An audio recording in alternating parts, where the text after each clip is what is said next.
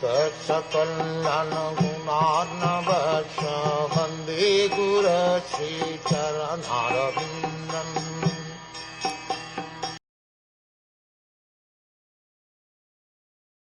The personality of Godhead said, "My dear mother, the path of self-realization which I have already instructed to you is very easy. You can execute this system without difficulty, and by following it you shall very soon be liberated, even within your present body. Devotional service is so perfect that simply by following the rules and regulations and executing them under the direction of the spiritual master, one is liberated, as it is said herein, from the clutches of Maya, even in this body. In other yogic processes, or in empiric philosophical speculation, one is never certain whether or not he is at the perfectional stage. But in the discharge of devotional service, if one has unflinching faith in the instruction of the bona fide spiritual master and follows the rules and regulations, he is sure to be liberated even within this present body. Srila Rupa Goswami, in the Bhakti Rasamrita Sindhu, has also confirmed this.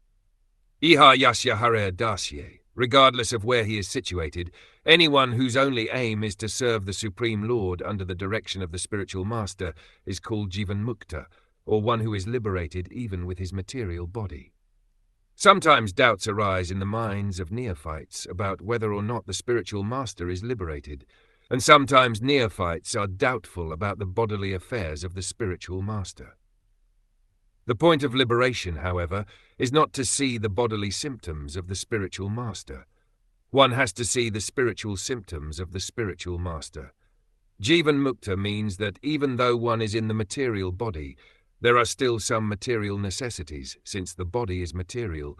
Because one is fully situated in the service of the Lord, he should be understood to be liberated. Liberation entails being situated in one's own position. That is the definition in the Srimad Bhagwatam, Muktir, Svarupena Vyavashtiti. The Svarupa, or actual identity of the living entity, is described by Lord Caitanya. Jivera Svarupa Haya Krishnera Nityadasa. The real identity of the living entity is that he is eternally a servitor of the Supreme Lord. If someone is 100% engaged in the service of the Lord, he is to be understood as liberated. One must understand whether or not he is liberated by his activities in devotional service, not by other symptoms.